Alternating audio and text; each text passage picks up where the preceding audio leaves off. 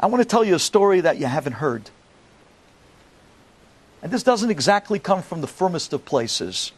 I'm standing in front of my Rebbe. I'm very embarrassed to sit and talk to you. Bimkomo. But I want to tell you a maaseh that I just heard from a very reliable source, a rabbi, in our community this past Friday. It's amazing how things come out bittersweet.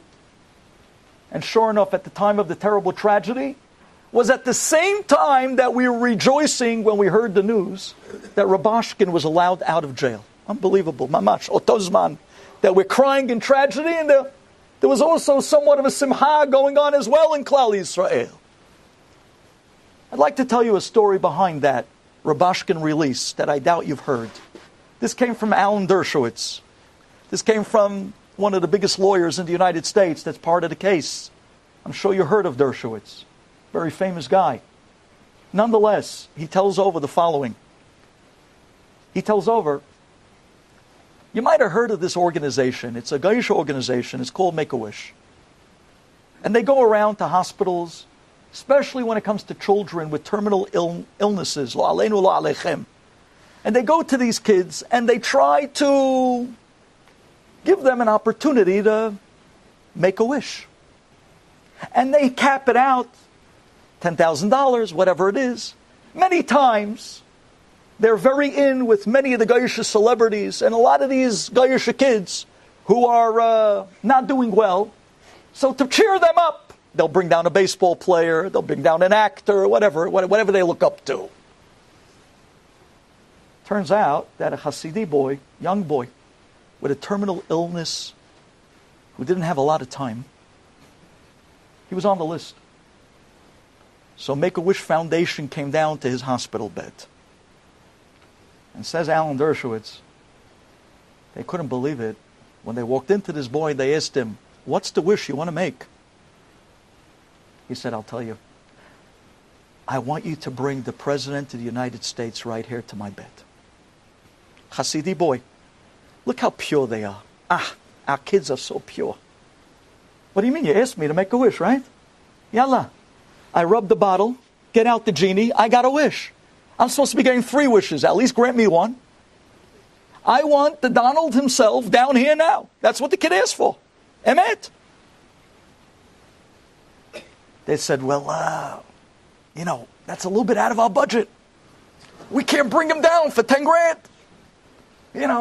Maybe in the olden days when he was going bankrupt in Atlantic City, maybe then for 10 grand he would have came down. But these days, he's on Capitol Hill. He's not coming.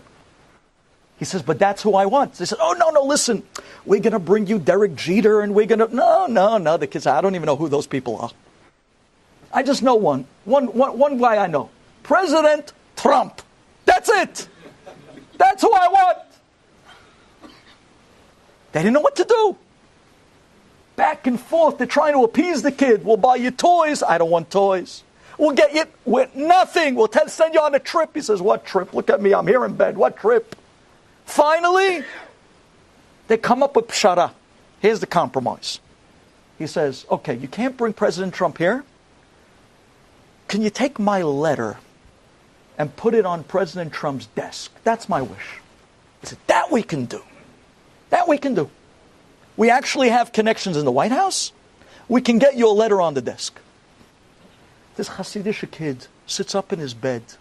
He starts crying in front of them. And they're thinking, like, what is he writing already? He starts writing a heartfelt letter. And he says, dear Mr. President, Hashem has put you in the place that you're at.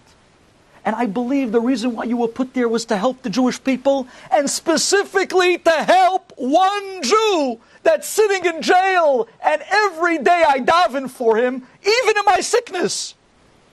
I'm asking you, please, for my sake, I don't have a lot of time in this world. Please pardon Rubaskin. Unbelievable. This has come from Alan Dershowitz, from his famous lawyer. They took the letter. It wasn't a long letter. It was what we called tzimzach. It was right to the point. And it was very heartfelt. And the letter was, so to speak, stained with teardrops. And they brought it kacha, as is. And a week and a half later, they brought it to the White House. On the 5th day of Hanukkah, the letter was sitting on President Trump's desk. And it happens to be that his daughter was in the room when he was reading it. And she says over, and she said this to Dershowitz, that the president began to cry. Just when you thought, Mr. Tough Guy, America, he started, this caught his heart. He turns to his daughter and he says, look at this Jewish kid. The kid could have asked for anything. This is make the wish. You can make any wish you want. And he says, think about it. Any other kid, who would they ask for? They'd ask for this pop star and this celebrity, that bull. This kid, lo ma'anyen lo klum. No. He wanted me, says Trump. Why? Because he didn't want me for me. He wanted me because he believes I have a mission. And he says, I'm not going to let this kid down. 2 days later, the pardon was on the desk on the last day of Hanukkah. This story is from Alan Dershowitz, from his lawyer. You think about it. Here's a kid who was in his own tzara. He was in his own situation, his own misery. He was told that he didn't have a lot of time. But who is he thinking? He's thinking about Yenim. He's thinking about the other guy. He's thinking about this guy, Rubaskin, in jail. He felt that I had an obligation to somebody else and their problems. But what do you mean? I have also problems?